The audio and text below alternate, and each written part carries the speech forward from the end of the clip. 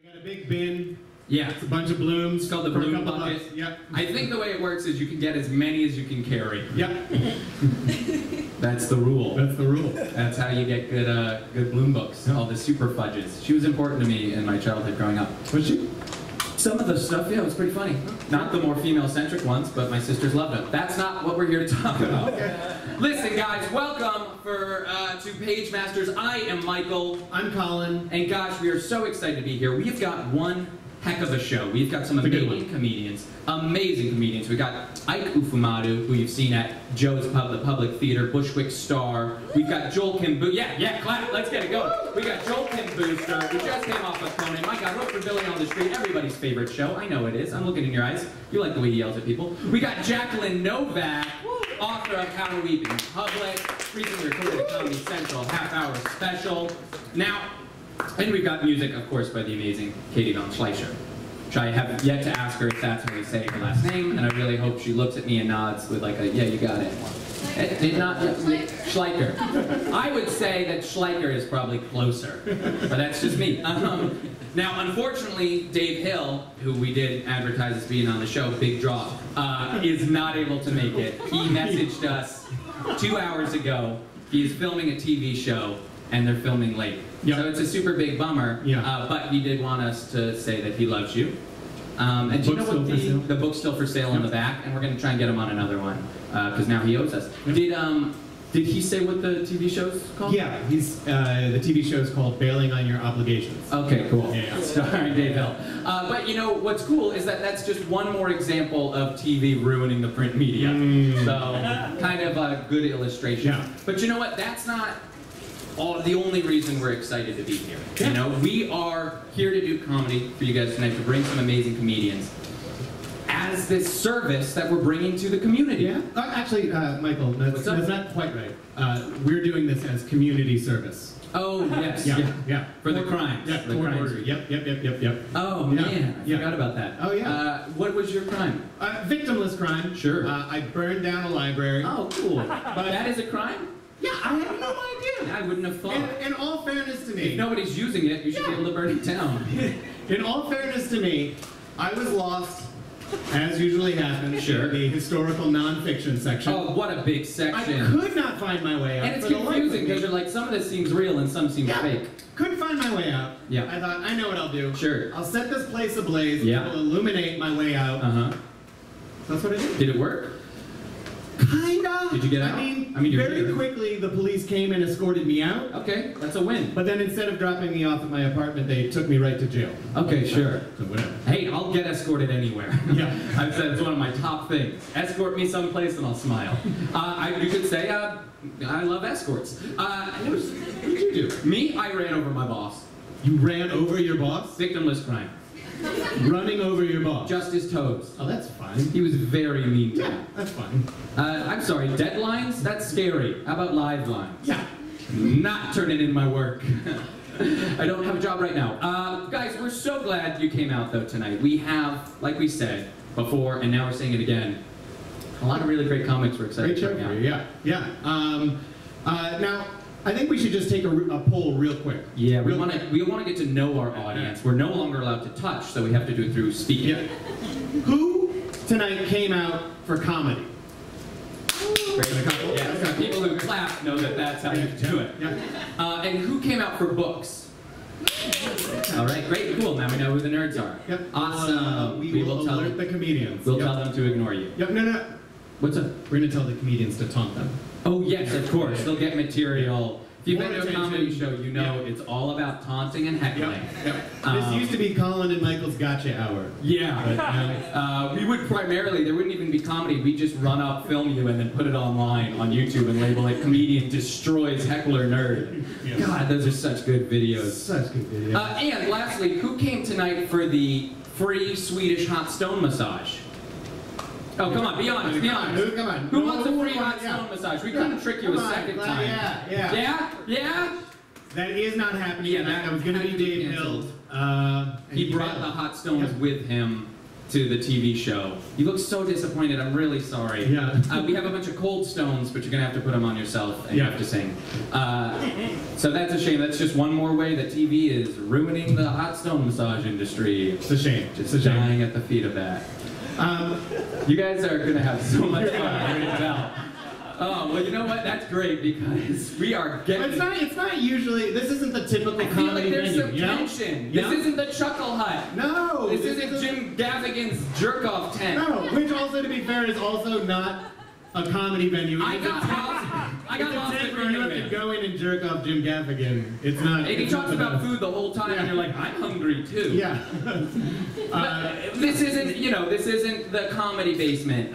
This is... It's a rare book room. It's incredibly rare that anybody shows up. So already an awesome turnout. Guys, we understand it can be a little weird. Your whole life people have gone up to you and they've been like, hey, don't have fun in a bookstore. Don't smile in a library.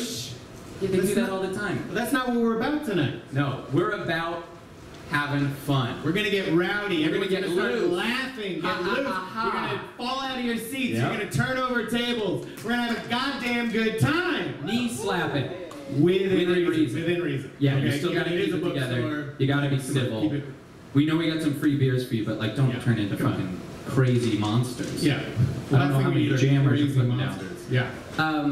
You know, it's always good to clap after the comedian's done. Don't talk during their set. Laugh as loud as you want. Or don't laugh. What? When we're up here, don't laugh. No, we want them to laugh. It's a kind of a pet peeve of mine. Why are you a comedian? I don't know. I like microphones. Okay, well, you gotta get into a different industry. But you know what? To get everybody in the mindset of having fun, which is going to be a struggle, clearly, we have an exercise that we like to do called Desecrate the Space. Okay? It's very easy. It's a simple call and response, okay? Just like an army or a youth cult would do. Yeah. We're going to trick you into having a good time. Anywhere you get brainwashed. Yeah. So we're going to say something, you repeat it back to us. You guys ready? You know how this works, right? Ready to do this? Okay. Books, books, books. Books, books, books. Books are cool. Books are cool. You're having fun. Not that cool. Not that cool. Little too long. Little too long. I'd rather watch an old man slip and fall down on America's funniest home videos. I'd rather watch an old man slip and fall down on America's funniest home videos. Best show ever. Best show ever. It's so funny. It's so funny. Ha ha ha. Ha ha ha. Ha ha ha. Well, you know what? If you guys like comedy half as much as you love America's Funniest Home Videos, you are going to be You're in for a real in treat. stitches Yeah. tonight. Let's get those ha-ha-has going again. Ha-ha-ha! Ha ha Very strange thing to ask humans to do. Please welcome to the stage your first comic of the night, Ike Ufomadu!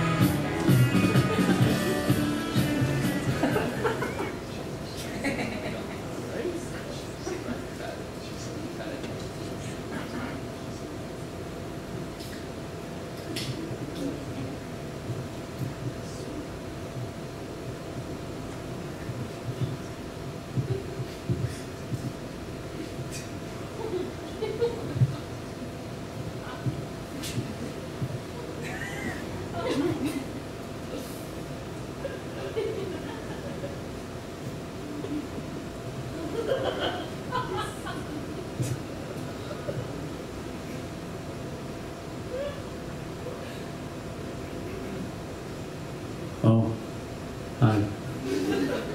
I didn't see you there. I was just doing a little bit of reading. It's a pretty big book and kind of long, but I think it'll be worth it. The book I was reading is Anna Karenina by Leonardo Tolstoy, one of my favorite authors. You can see Anna here on the front. Can you see Anna in the back? Good. It's a charming tale about a young girl growing up in Sioux City, Iowa. This is right after World War II, the Second World War. Of course, the First War was World War I. We all remember that. W-O-R-L-D space W-A-R space O-N. I'm sorry, I couldn't hear that. You think it's E? You think it's E? I'm sorry, it's you're 100% sure what? E. Okay, give me E. Hey, you're correct. You're off to a great start, but don't worry, everybody, you can catch up real soon. Hi. Hi. How are you? Great, how are you? I'm fantastic. That was a wonderful answer. I'm going to give you 1 point. Is that okay? Great. Okay. You're 2 points. Wonderful. 3 points? 4, 5, 6, 7, 8, or 9 points. I'm good there. You're good there. Okay. Don't get too cocky now. Hi, what's going on? Everything.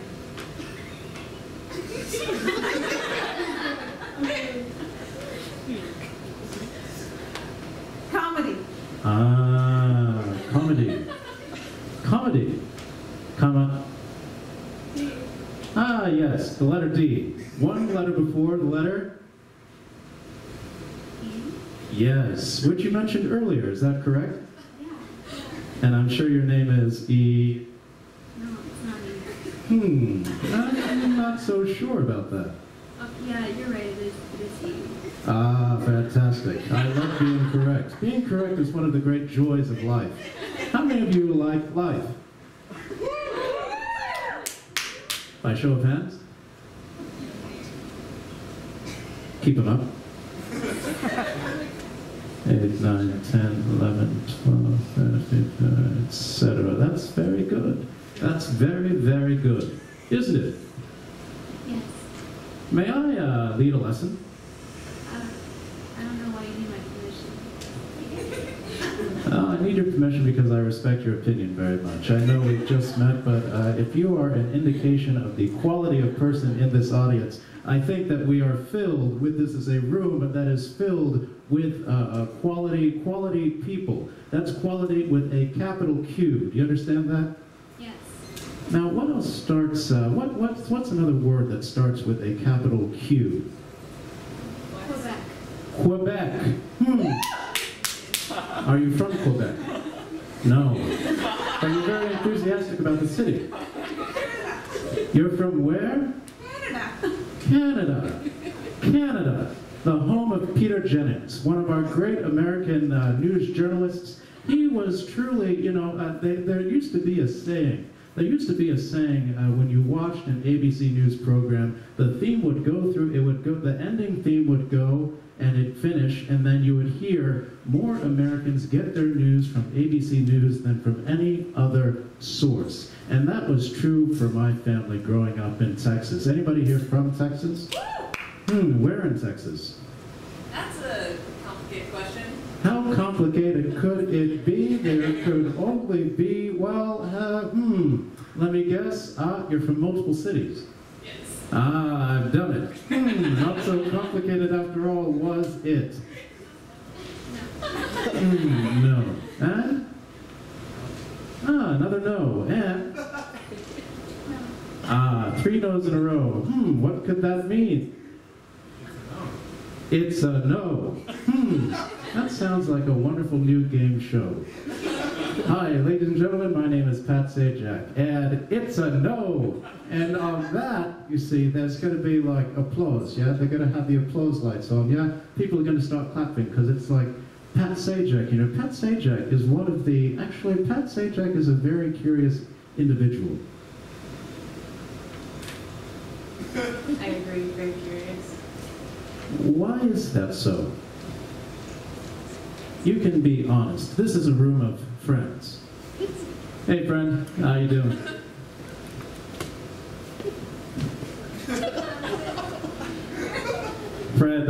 catch up with you later, Fred. That friend of mine, we go way back. We go back to 1999 in Sioux City. Have you ever been there?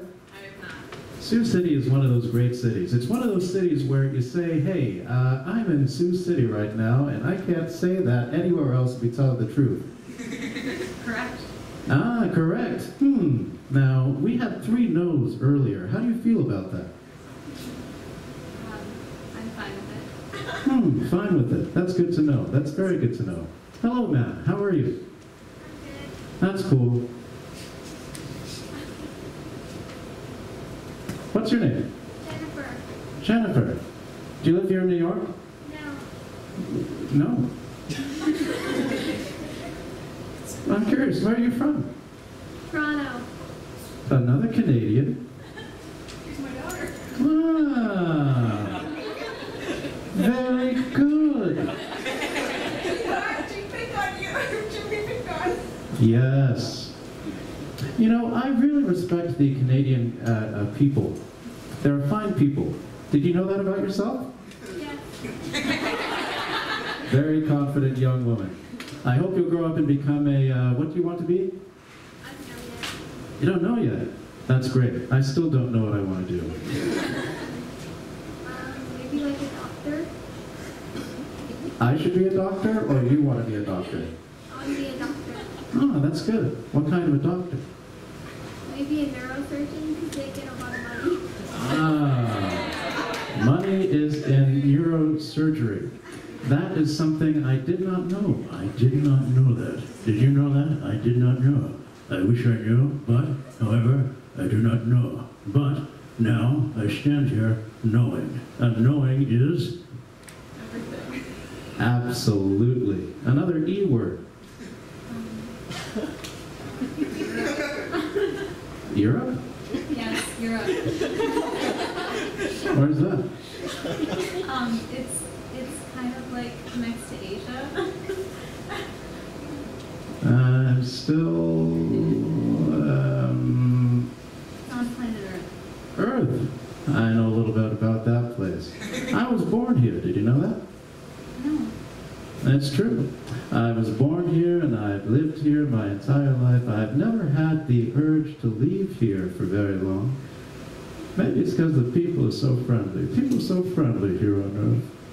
As someone who's lived here for some 3 decades, I have many fond memories of people on Earth, people who are young, people old, people walking down. There was one time, I remember, a few years back, I was here on Earth and I went to get a burger at Shake Shack.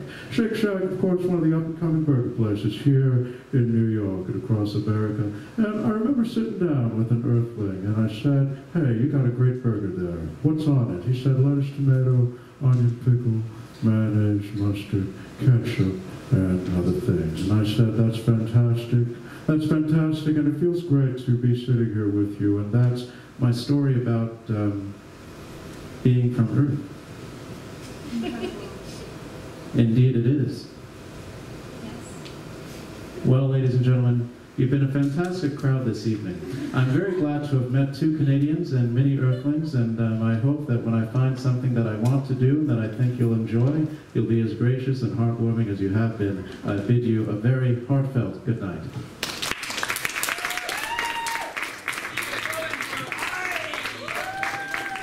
Thank you. How much did he use the chair? Was it worth us bringing it out for him? He used enough? Good. Okay, that's what I wanted to hear. Ike has a show called Nightcap that's coming back in October at the Public Theater. Thanks, Colin. If you walk over there like you have to do something, you can't help. That's a trick you can use in any part of your life. Just be like, I gotta... Oh, thanks, Colin. Yeah, no problem. I'm very strong. It was easy for me. So go check him out. The Public Theater. He's fantastic. Really wonderful shows, amazing guests. Some of you are not like you've already seen it and you know, and that makes me happy. It's a good time.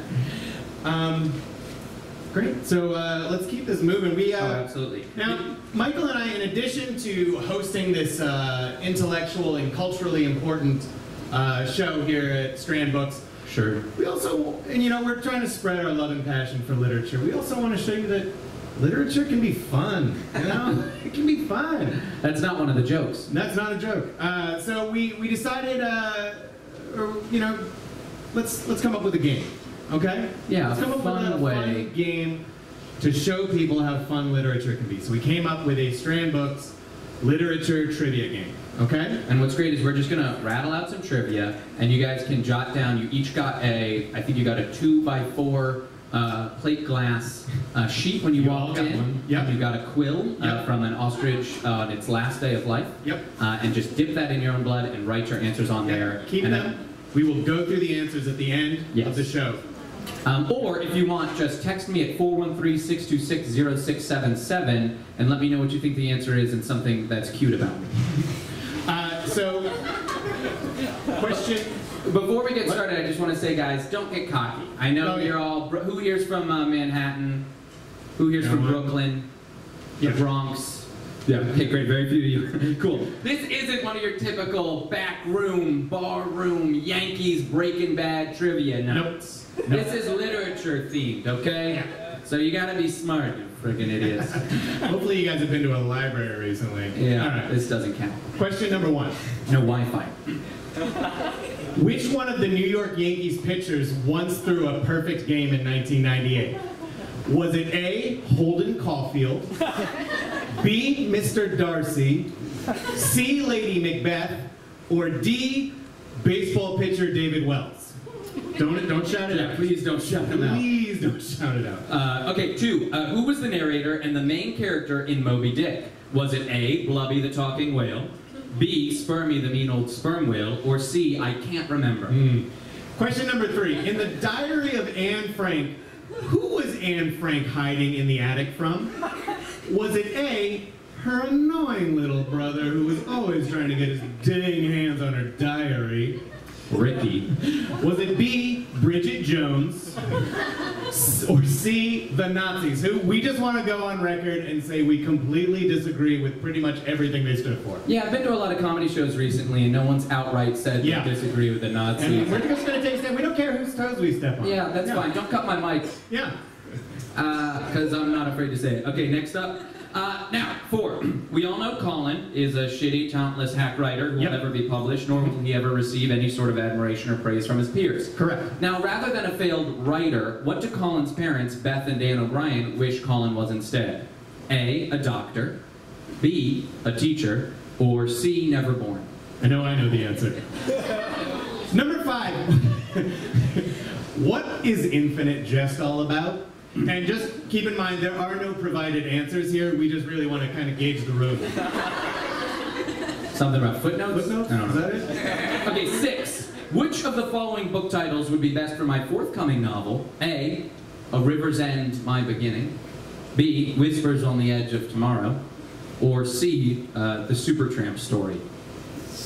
It might be worth telling you, I am writing a tell-all biography of the 70s rock group Supertramp. Yeah. Number 9. Which one of these books would be vastly improved with the addition of a talking dog who gives sage advice at crucial points in the novel? Is it A, Anna Karenina, B, Sense and Sensibility, C, Grapes of Wrath, or D, all of them plus every book ever? I mean, because honestly, name one book that wouldn't be better from a talking dog. We'll give you the answer to that one. It's all of them. Yeah, it's all of them. That is the one we'll give you. Okay, and now, lightning round. Okay. Which was better? Colin's going to participate in this. Which was better? Age-old debate, the book or the movie? So I'm just going to throw some out. Okay. Okay, Jurassic Park, which was better, book or movie? Movie. Okay, Harry Potter, book or movie? Movie. Fight Club, book or movie? Movie. The Hobbit, book or movie? Movie. The Great Gatsby, Movie. On the Road, Movie. American Psycho, Movie. Hunger Games, Movie. Twilight, The Movie. Crucible, Movie. The Help, The Lovely Movie. Bones, Pride and Movie. Prejudice, The Perks of Movie. Being a Wallflower, Movie. Water for Elephants, The The movie. Notebook, The Da movie. Vinci Code, The Time Movie. Traveler's Wife, The movie. Life of Pi, The movie. Eat, Pray, Love, The movie. The Giver, The movie. Little Women, The Gone movie. with the Wind, The movie. Atonement, The movie. Memoirs of a Geisha, A Walk to Remember, The movie. Lion, the Witch, and the Wardrobe, The movie. The Princess Bride, The movie. Gone Girl, The movie. and finally Angela's Ashes, The movie. 30 for 30. Yes! That is very impressive. Nobody's ever gotten them all in one go before. All right, let's hear from Colin. Pretty cool. Everyone. Yeah.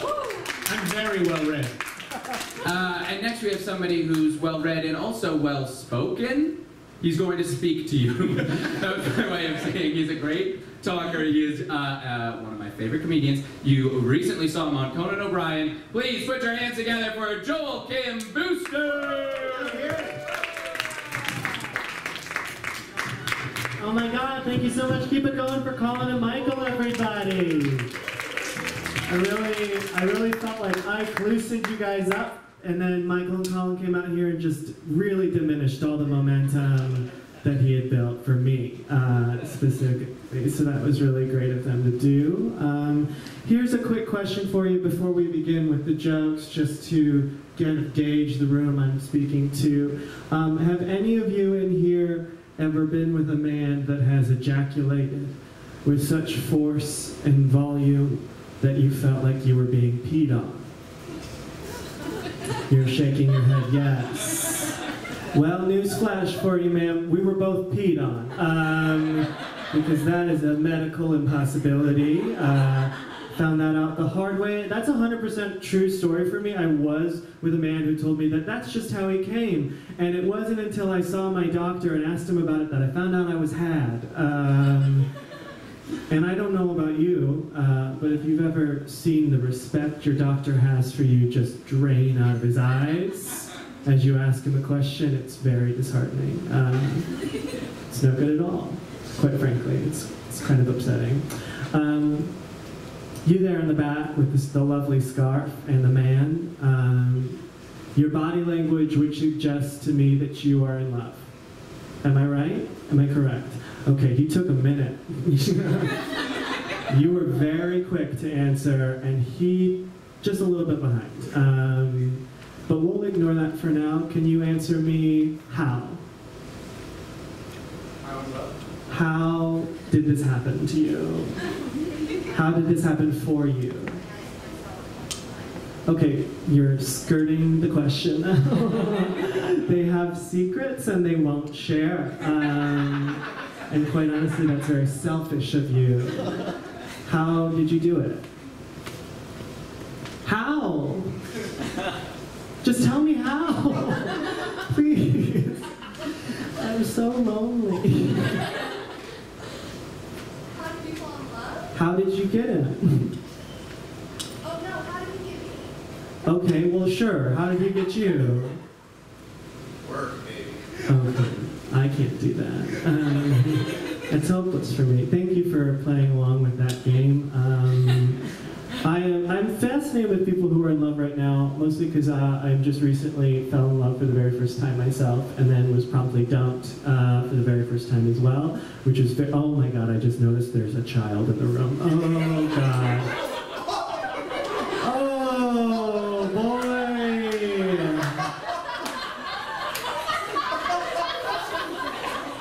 Wow. What's your favorite book? What is your favorite book? You don't, I can't read either. Fully illiterate as well, so I relate to you on that front. Well, I'm about to tell you some realities of falling in love, ma'am. And I think it's good that you're hearing about it now, quite honestly, because the truth will not wait. No, I was recently dumped. It was pretty upsetting. He did it in Central Park, which is true and upsetting because, let me tell you, never break up with someone in Central Park because you have just ruined 6 miles of wilderness for that person. I truly would love to go back and paddle boat, but I can't. Just wish he would have done it in a place that like already made me upset, you know, like a Holocaust museum or an American Apparel outlet, you know. No, he did it in Central Park though, and it's pretty upsetting. Within 2 days of being dumped, I cut off all my hair and started doing yoga and crying in public. And I was like, oh my god, I'm turning into a white woman. What is happening to me? This is frightening. But the yoga's been helpful. I found at the beginning of yoga class, they ask you to set your intention. And I always set my intention for revenge. And I found that quite therapeutic for me. I'm back on all of the apps now, which is a hell in and of itself. I don't know. I find that Tinder, the thing I've noticed most about it recently is that a lot of hot men have appropriated pizza as a personality trait. And quite honestly, I will not stand for it. You are already hot, okay? Show me the receipts. You don't eat pizza! It's right there on your fucking body. We can see you don't eat pizza. It's pretty nuts. People are pretty obsessed with their dogs on Tinder. We have any dog owners in the room tonight? Good. We're in a bookstore. You're cat people. What was I thinking? I have 2 cats myself, Leah Michelle and Little Richard. Little Richard because she's small and vocally talented, and Leah Michelle because she was the worst part of Glee. It's a dated joke. No, dog people, I find them to be hypocrites unless they're vegans, quite honestly. A lot of people, because I'm Asian, they like to ask me sort of in a gotcha manner, like, oh, do you eat dog? You know, and they always ask it with the smugness of a reporter asking Sarah Palin a geography question, you know, like they're about to catch me in something. And then, like, it's like offensive sort of like on a racial level, but like honestly, it doesn't offend me anymore because I fucking would eat a dog. No, I would. Some rando dog I don't know, like, why not? It's like, meat eating for me is all about a personal relationship. Like, have you seen those PETA ads where it's like a spectrum of animals and there's like a line and it's like, you know, where does pet end and food begin? And it's like the pig on one side and it's like, I don't know that pig. Like, maybe if I knew that pig, I wouldn't want to eat it, but I don't, you know? I watched Charlotte's Web at a young age, and I really found that the message of that movie is, it's not okay to eat pigs you know. Once they have a personality and sort of an inner life, then it's not okay. For real though, I think the real message of that movie is that a spider's life is worth less than a pig's. Okay, too real. Too real for you guys. Too real for the book crowd. I get you, I get you. So I'm a feminist. Thank you. I often don't get greeted with the hero's welcome that I deserve for that. So I appreciate that response. One of my biggest pet peeves as a feminist, for real, is like all the like sort of misogynistic, like very aggressive nicknames we have for vagina now, like taco and muff, you know, like I don't like it, like just call it what it is, a vagina. There is one that I do like, and I know it's so wrong, and I shouldn't like it. Beef curtains. I really like beef curtains, only because it suggests something theatrical about the vagina, you know? Like, sort of curtain up, dinner and a show, you know? Put a little razzle-dazzle into your genitals, as I like to say. No, I do find it interesting that people, when I tell them that I am a feminist, they're sort of like, oh, of course you are. You know, like, you're a gay man, of course you would be a feminist. And that logic does not track for me at all, because I love the women in my life, I want the best for you, you know, I want equal rights and respect, but at the same time, I have no use for you, you know? Just like at the end of the day, if I'm being honest, like, and it's not to say that, like, I want bad things to happen to you or anything like that, but if you all collectively decided to rise up and leave and say, we've had enough, we're going to our own island and you can't come, it would sort of be like, no, don't go. Wait, I think, well, you know, they're gone. I did my best, but here we are, you know? It would just be more time for me and you back there. Okay, get him in the end. It's just a waiting game, quite honestly. No, the strange thing is that I find, like, a lot of gay men are fairly misogynistic towards women too. Like, we're not immune from that. Like, I feel like a lot of gay men like to use it as a shield to be like, I'm going to harass you, but I suck the same genitals as you do, so this is just turning into a blog post, not a joke. Let's see, what can I do?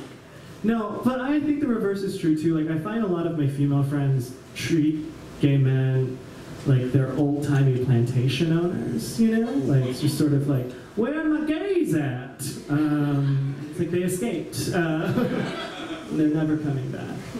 They don't want to. But gay men, I don't think I can put too fine a point on it, are terrible. We're monsters, we're mean people. And I wish, like, back in the 60s, I was watching these videos recently. They're like black and white, and they used to play them in schools, and it would show like the dangers of the homosexual, and like don't go near them. And it was all very vague sort of dangers. And I'm so glad that we've made so many strides recently, but I do wish we'd go back to those videos because I would love to stop being bullied by teens on the train. You know, like, they should have a little bit more fear. All right, well, I'll end on this, I guess. So like a lot of people on the right, you know, like think there's some sort of gay agenda happening. Like Pat Robertson thinks that all gay men have like little tiny rings with needles in them that we can give you HIV with when we shake your hands. And it's like, okay, Pat, you think we all got together and agreed on matching rings? You ever met a gay person? Or you think, oh, we got our own rings and then just customize them with needles? Who's running that Google Doc? It's not me. I can't even get Adam or Well to show up to brunch on time, much less organize a global fucking conspiracy. You don't know them, but it's true. All right, I'm Joel Booster. Thank you so much. Keep it going for Joel! Oh, yeah! Let him hear it. Yeah. Right. Oh yeah, Joel also was just at Just for Laughs, big old comedy festival in Montreal, and he was fantastic. Yeah, he was. Did you get to hang out with him? What? Did you hang out with him, or did he give you the time of day? Did he big time you? You didn't hang out with me. Yeah. Who here would also eat a dog? Yeah, cool. Yeah, we can talk later. Cool. My family has a big dog, Bernese Mountain Dog. It's like that big. That we could all eat that. Yeah. Also, I just want to, we have a bit to do, but I just want to say I visit my parents this weekend. I don't do a lot. People are like, why? And I never have a good answer. First thing that happened when I went up to hug my mom, she was missing this tooth. You know, like one of the 4 big ones? Yeah, that's one of the main ones. That's one of the main teeth. Yeah. And I was like, what happened? She was like, nectarine. That's not a hard. You can't be hanging out with those people. That's not a hard. That's not a hard fruit. And I was like, oh, are you gonna go see a dentist? And she's like, yeah, maybe. I'm on vacation, so. And I was like, okay. And she's like, I put the tooth back in for 2 days. She just stuffed it back up there. She was like, well, I didn't want people to think I looked weird. I'm not going home ever again. Did she break it like from the root? It popped out. What is this going to say for me in my declining years? Anyway, it's time going to get worse before it gets better. It's definitely not going to get better. Also, this is probably a good time to say any kids should have left the room about 30 minutes ago. Guys, I just wanted to say, so Colin and I are both very accomplished, unpublished writers. Yep. So we figured, who here writes? Everybody reads, right? Who here writes? Anybody with some writers? Short stories, poems, slash fiction, I can tell. You're going to find this very inspirational. We decided, let's try and share some of the lessons we've learned from the few creative fiction teachers I didn't, you know, push out of my life forever. So I've forayed into a number of forays into the young adult genre. Now, young adult is tough because as a just barely not teenager, I have to find a way to talk to them as a peer and not as a superior. They're not going to listen to you if you're like coming at them, exactly. You have to speak to them as one of their own. Exactly. Yeah. And I do think writers have to be masters in using the language of others and being able to speak universally. So this is an excerpt from my 2014 young adult novel, My Back Feels Fine. Chad met... There we go. I was missing 3 clears. Chad Radman pumped the brakes on his Razor scooter and chugged the last few fluid ounces of his high-sodium energy beverage. Cholesterol be damned, muttered Chad youthfully, as he littered the empty can onto the only earth we've got. Chad was a rambunctious teen, just like you or I, with a full head of hair and glasses that he wore only for fashion, and not because the earth was slowly growing dimmer in his eyes every single day. He also had several sexual experiences under his belt, and I think the only way you could describe those is successful. Chad's Nokia phone buzzed in his Dockers. They were cargo shorts, so it took him about 13 minutes to check every pocket. "What's up?" he Snapchatted confidently to his main girl, Ash Lash. It's a popular name for women today. Ashlash. Sorry, I'm going to fix it. Hey, let's go to the dubstep concert tonight, replied Ashlash, his main girl. The loud music is fun, and it's actually really complex. Kind of equal to that of the music of the 60s. I bet if Jim Morrison were alive today, he'd be a DJ. And after that, we can go home and have anal sex, which is normal for teens these days. Chad smiled. He was never going to die. Thank you. That was fantastic. Thank you, Michael. Thank you, Michael. Oh, thank you. And now I will be reading from my most famous work, my novelization of the movie Wedding Crashers. John Beckwith and Jeremy Gray were two best friends who liked to crash weddings. A lot. Quick side note before I really delve into this. People sort of tend to frown on the novelization. They think that writing a novelization of a movie is easy, but it's actually not. It's harder because you have to compete with the main work. Yeah, usually when you're writing, you sort of have free roam, you know, free range. You know, you can write whatever you want, use your words to communicate sensations and images, but, you know, when there's a very popular movie, you're sort of bound to what came before. So just keep that in mind as I continue reading my novelization of the movie Wedding Crashers. Here we go. John Beckwith and Jeremy Gray were two best friends who liked to crash weddings. A lot. John Beckwith, if I had to describe his appearance, I would say he was tall, blonde, surfer dude looking kind of guy. You know how like Owen Wilson looks? And he talked in a real laid back sort of way, but kind of like with a hint of a southern drawl, sort of the way Owen Wilson talks, you know what I mean? And then there's Jeremy Gray, who is even taller than John, if you can believe it. If I had to wager a guess, I'd say he was about 6'4" or 6'5". I don't know, however tall Vince Vaughn is. 6'6" maybe? Also, he had a very Vince Vaughn-y face. And when he talked, it was much faster than the way John talked. Remember John, the guy that looked like Owen Wilson? He would speak more rapid fire, kind of like Vince Vaughn in Swingers, but about crashing weddings in this case. At the tail end of another one of these most successful wedding seasons, Owen Wilson and Vince Vaughn, John and Jeremy, learned that the daughter of Treasury Secretary William Cleary, picture Christopher Walken, was getting married. Anyway, so like they want to crash this wedding or whatever. I guess it's like one of the biggest weddings they've ever crashed. And oh shit, I forgot Bradley Cooper was in this movie. Oh wow. Oh, he really went on to do some big things after Wedding Crashers. That's really cool for him.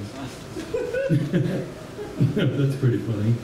Oh, sorry, I just got distracted by this thing on TV. So like right now, Vince Vaughn is getting masturbated under the dinner table by Ilsa Fisher in front of Christopher Walken and the whole family. And he's trying real hard to act like it's not happening because that'd be embarrassing for him.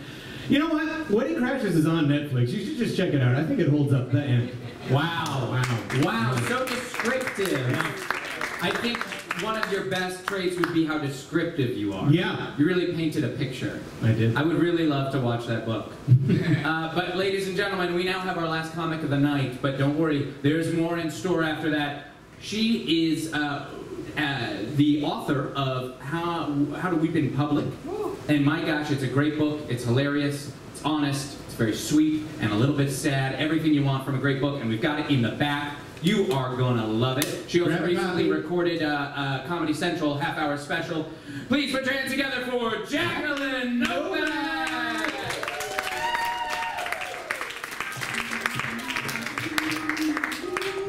Hey guys.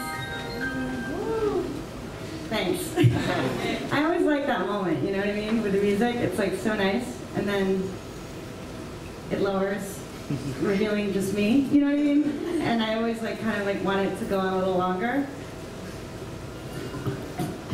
You know? It's such a hard call. I mean, get rid of it now. Thank you. Because then it just draws attention to like the fact that I'm not making music. But I guess you're not into that anyway, or maybe somewhere else. Oh my god. That's actually not my book. I mean, the book is in the back. I didn't know it was sad. Shocking. Did you notice that? A little sad, a little sweet. I mean, it's a hard call. It is about depression. I always draw a hard line that that's not, you know, connected to sadness. because for me, when I'm sad, I'm like really excited about it because it just feels like good emotional plumbing is happening, like things are moving. I'm like, this is a human emotion that's running through me. Yes, you know, versus just like a deadened affect. Anyway, and the book is strange, and when I read it out loud to people in reading situations, I'm like, oh God, this is dark. And it's almost like it's not really meant to be read aloud. It's really meant to be read while you're curled in the fetal position. And that's the idea, is that it's sort of like a letter from someone in the fetal position to someone else in the fetal position across time, you know? And so I think I'm gonna just have to make a policy of not reading it out loud. It's like hearing a whisper turned into a full vocal word, and it's like, that's not right. I don't know. It's not ideal. So I guess, yeah, the thing about the sadness, like the other thing, there's this idea that depression is, some people feel like it's, if you bury your emotions and you don't let yourself feel them, then it all shuts down and you're left with depression. So I'm always like really digging for the emotions and trying to feel them, like all the time. And always looking for like that trauma, like the big trauma from childhood that like the therapists like hunt for, and it's just like not really there, other than acting camp maybe, sort of in general. So, you know, there just isn't, like, I've looked, you know what I mean? I've really looked and like tried to pull up some like, you know, any buried memories. There's just nothing there. It's not there. So I have this theory that maybe I didn't have one trauma that I was like pushing down that was causing all this blockage in the emotional plumbing, but that, you know, I had 1,000 tiny repressions that are just like minor emotions that people allow themselves to feel throughout the day. Like, I don't do that. And so over time it just built up and finally the system crashed. That's the best, like, it's possible that that's the case. So I've really been trying to unrepress and dig for the micro repressions. And it's just things like remembering the scene in The Karate Kid where like his mother gets him that bike and he wanted a car, or you know, he wanted the bike, but then like the bully had a car and then like he felt that like he didn't want his bike anymore. Do you know what I mean? Like, it's really depressing, like your mother saved up for the bike and like that you did want, and then she gets it for you and then you no longer want it. Like, that kills me. And he like kicks it and says, stupid bike. Anyway, I feel like I really didn't allow myself to feel how horrible that was when I saw Karate Kid, like in the 80s. And so it's just like really looking for things like that, you know what I mean? And going, all right, I need to like talk about that. A lot of like things that disturb me, that I'm like trying to dig out, a lot of them have to do with guilt and possessions. Like I once heard this story of a girl who, it's like the same story every time. She begged her parents for an American Girl doll for like Samantha for Christmas, and begged them, and then like that night, Christmas Eve, I think she went down and she like snuck down and looked, and she saw the box and felt it, and she knew they'd gotten it for her, and then she went in her bed and like cried because she knew she didn't want it anymore. It's like that, there it is again. Isn't that devastating? Like, I don't know, there's something about parents' possessions, like gifts, that kind of guilt. Like, that, anyway, that's just a story by me that you heard. It's important not to discount what one does. after saying it, you know what I mean? I think it's important to go like the end by Jacqueline Novak just after any long pause at this point. It's like, it's all about putting a frame around it, you know what I mean? Letting there be spaces for you guys to fill in. But yeah, I can't read that thing aloud. It's like, it's not for that. And the idea, you know, but I do really want you to read it. And then like buy a second copy for a friend, because everyone's copy, it's like the artist's way, like you really need your own, you know what I mean? Like you just don't want to like, you just don't want to copy the artist's way that has like someone else's dreams written in it, or like doodles.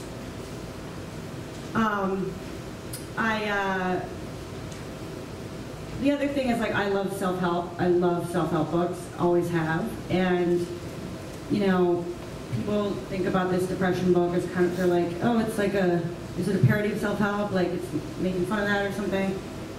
And it's not. I truly just like, when I would struggle with depression, or like when I would really be feeling it coming on, I would grab a pile of self-help books and go and get in my bed and like take them with me, kind of with this hope that like I could, you know, use them to build a ladder to get back out of bed, like emotionally and mentally.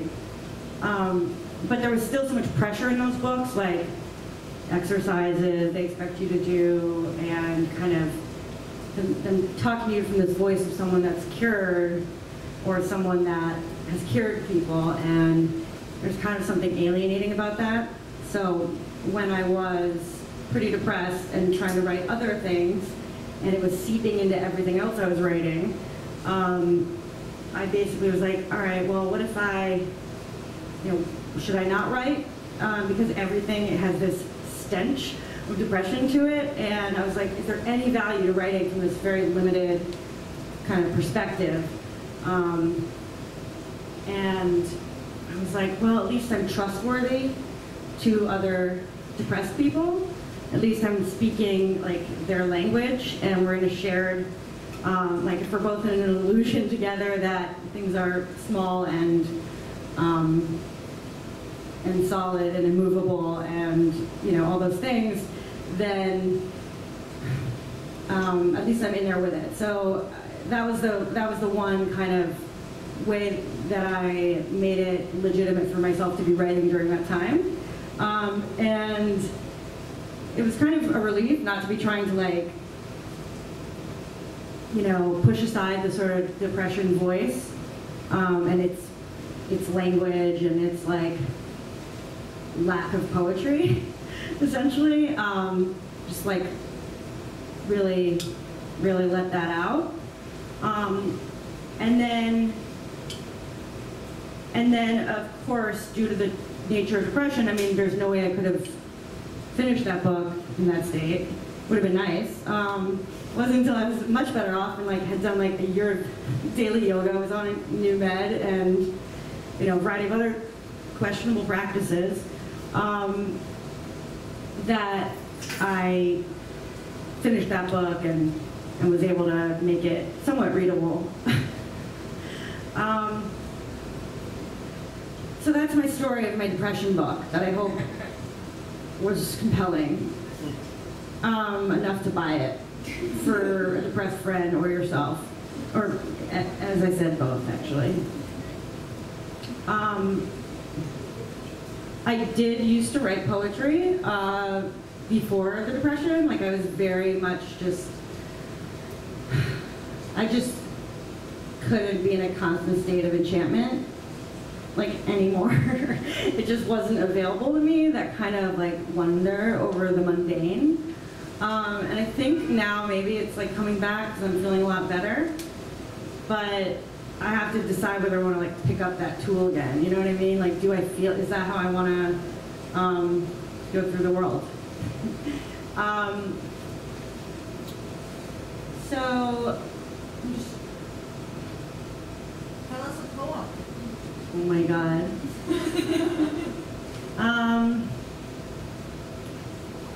No, they're not. I don't have any that are good. I'm trying to think like, it would be really scary for me to like post any of my poetry. It's just very, but I stand by it. I don't know, it's like a tough thing. Like I did comedy and it's very like, but I don't really know if like you can be a poet and like sincerely and also be this other thing. I don't know, I'm gonna try to see if you can be very precious and at the same time throw wet blankets on things. I think like, I don't know, there's something like comedy, I mean I'm not doing it right now obviously, like I just really refuse sometimes, but I kind of like, you know, when I'm writing poetry, I kind of want it to, it's like if I'm tasked with writing a poem, I get annoyed by that and turn it into a joke, and if I'm writing a joke, I'm like annoyed by how crass it is, and trying to like make it poetry. So I'm really destined to fail in all areas, but hopefully be noticed from across the wall of the different genres.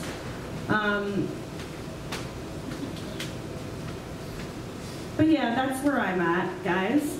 And so you're kind of like, this is me, kind of like my different selves superimposed on each other before you. And if you're interested in seeing my divided selves, which each have a more consistent voice, you know, check out my book for that, or go visit my comedy for that, and let me know which one you like the best. I'm very interested to know. Thank you guys, and enjoy the rest of the show.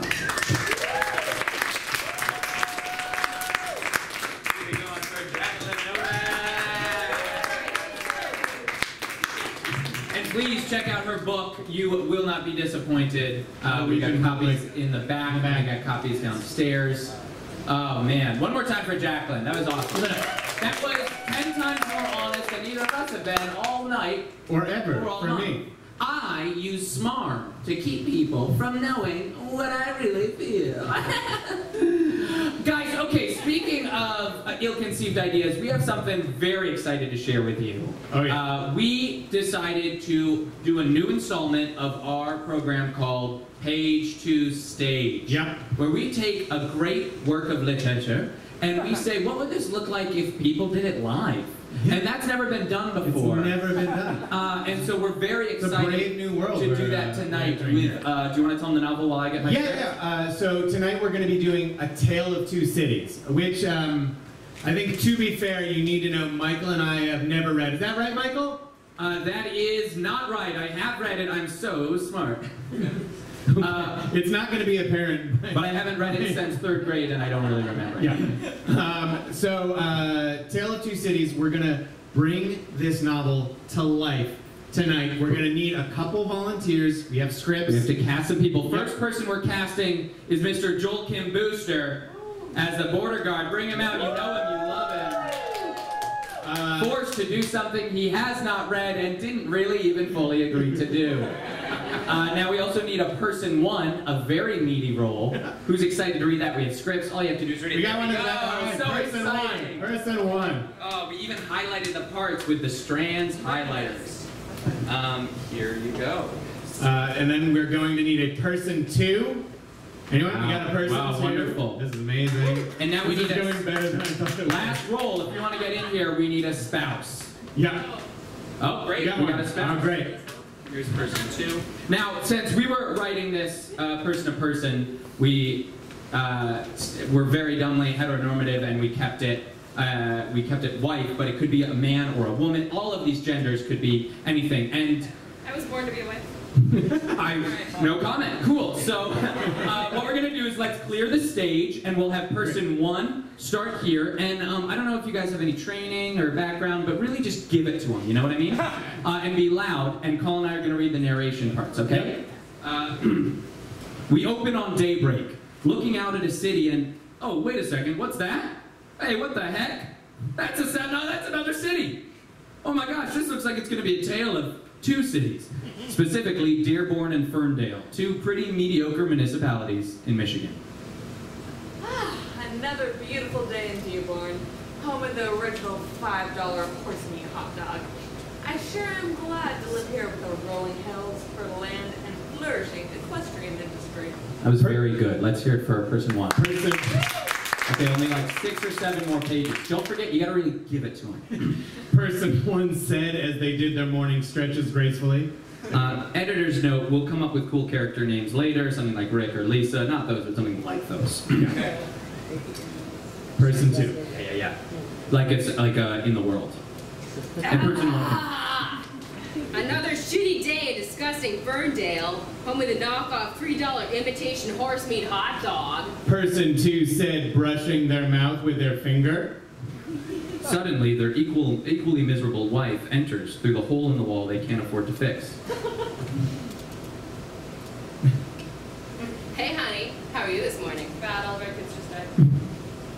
Just another day in Ferndale. You there, Ferndale fuckbags. Very rude. Our clean, Dearborn air. I can see you sucking it up from across the city line. Get bent, Dearborn Sucksack. Go take one of your nice cars to your well-paid jobs using one of the city's precious paved roads.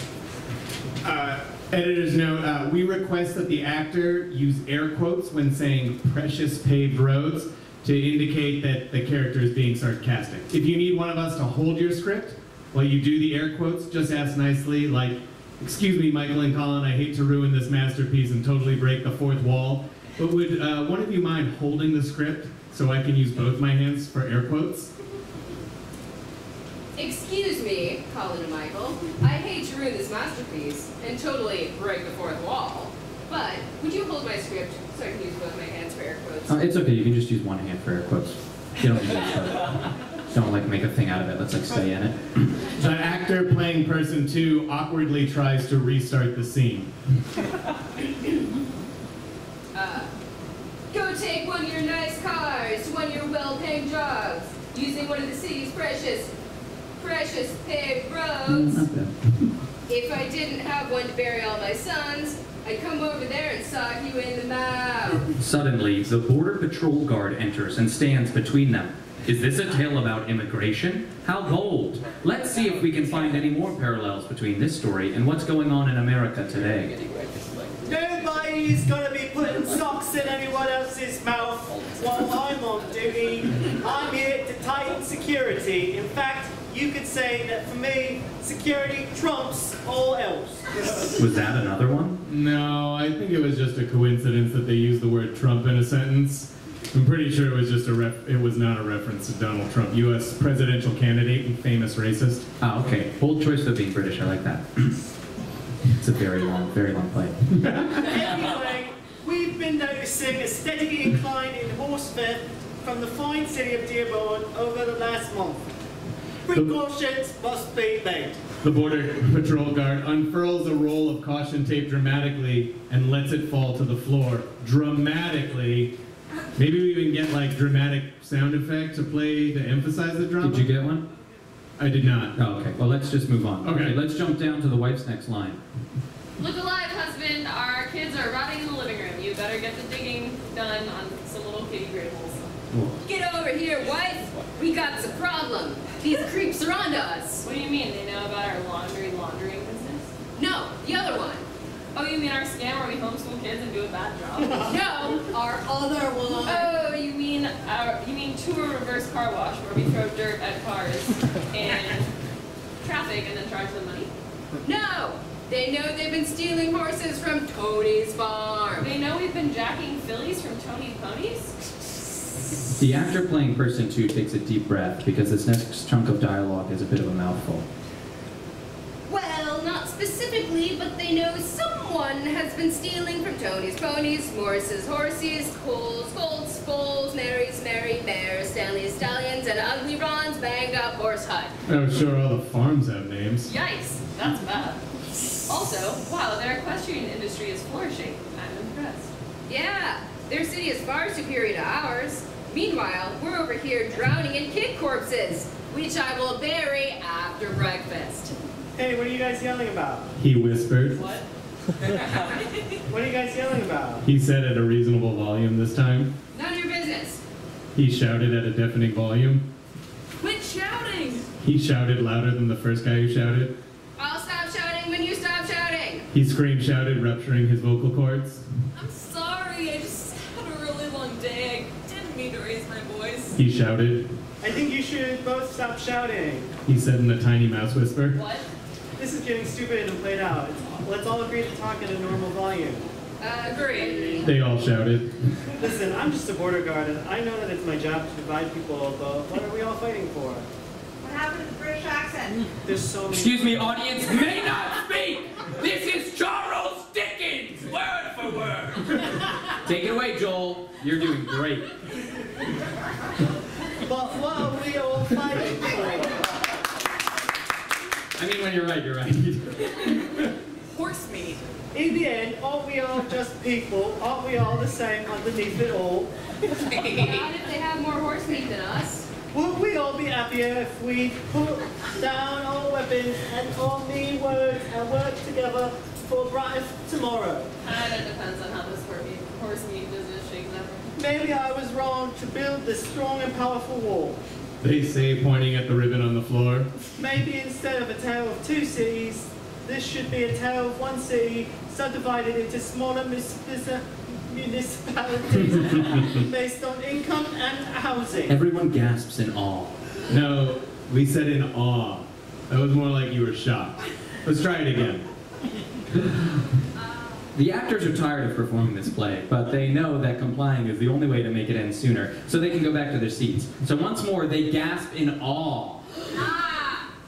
They are all touched by this beautiful thought the Border Patrol Guard had 3 paragraphs of stage direction ago. And we shall call it Earth City, and everyone will be equal there. Will be no laws against incest. Person 1. Sounds like that's a your own. Okay, we'll table the incest. The Border Guard's inspiring words and progressive ideas about love are so moving that everyone starts to sing.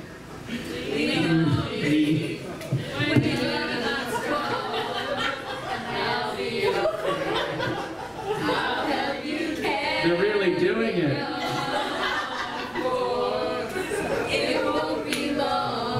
Here comes the solo. You got rhythm. Somebody to lean on. Lean on me, brother, and give me a kiss. We all need a sibling to smooch with. Remember from the incest? Hey, Mom, Dad, you're gonna want to do this. Come on and give your son a French kiss. They sang with perfect pitch. Hey, it just occurred to me, I don't know any of your names. I'm Alex. Gary. Angela. Person 2. And so they all ended well in the newly founded city, Earth City, where people were just people, and hot dogs were just $5 and made out of primo horse meat, which really isn't that bad. And incest was made illegal again after the border guard was exposed for some nasty stuff and kicked out of the office and sentenced to death by explosion. And they ended up just going back to the 2 original cities. They found out it was easier. Guys, give a hand for the players. You know, one thing you could really say is it was as long as it was unrewarded. What a great adaptation of A Tale of Two Cities. Guys, thank you so much. And now we have got... Can I say something really quick? Yeah, sure. It's got to be nice. Very quick. It's gotta be it nice. was not. It really has nothing to do with the play. Sure. I just want to let everyone know that I found out backstage on Facebook that the acts I referred to in my previous jokes just got cast in his first Broadway show. So you asking me to be in this play, Kind of like a high terrible timing. And that's why I decided to do the accent. And you know what? Who did he remind you guys of? Michael Caine, exactly. We were all impressed. Thanks, Joel. One more time for Joel Clooneys. Thanks, everyone. And now, guys, we're going to bring out our last guest of the evening, our musical guest. You can see her work. She's got a great music video on Stereo Gum that premiered a little while ago. Katie Von Schleicher!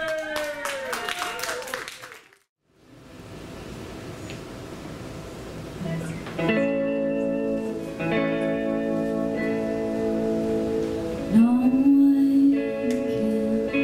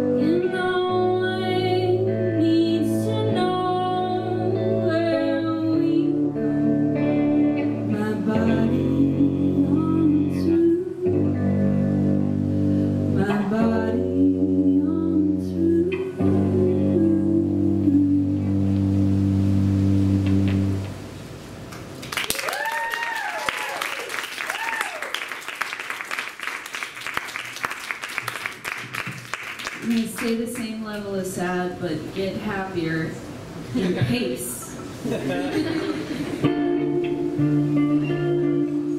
Just a love song, that's not that bad. I mean, I guess it's like unrequited love song.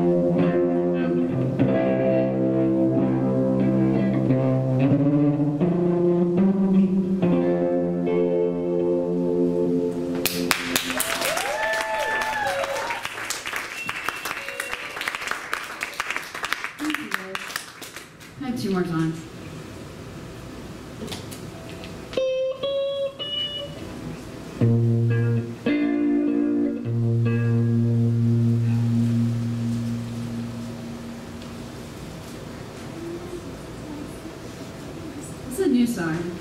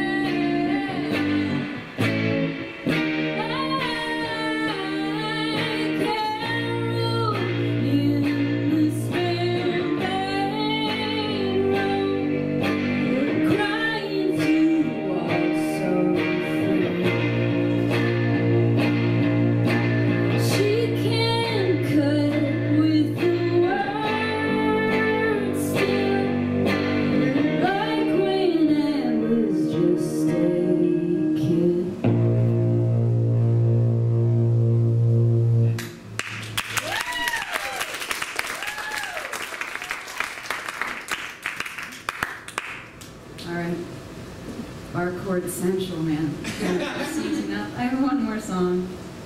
Thank you for listening to me after all this comedy. Some comedy I need to repress more than other comedy. I'll talk about the comedy about depression that wasn't comedy.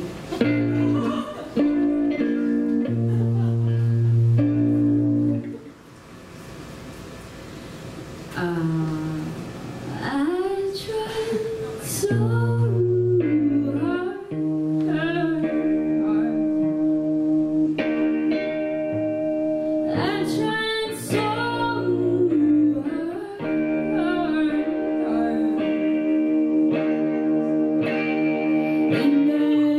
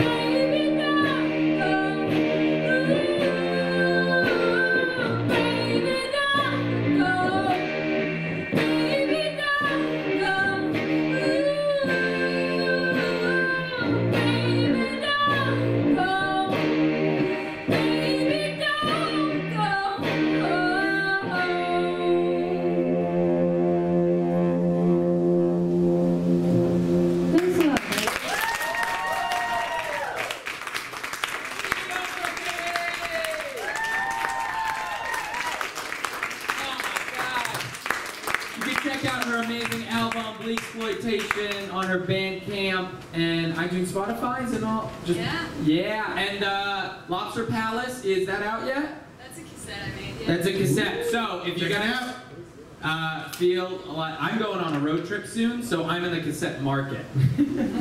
Yeah, for sure. I'm going to Iceland, and if anybody wants to talk about it after the show, everyone in New York's been to Iceland. Keep it going for Katie one more time. And guys, one more time for Ike Ufomadu, Jolton Booster, Jacqueline Novak. Remember all of them. Buy your books in the back. Thank you to the Strand for having us. I'm Michael. I'm Colin. This has been Pagemasters. Have a good night.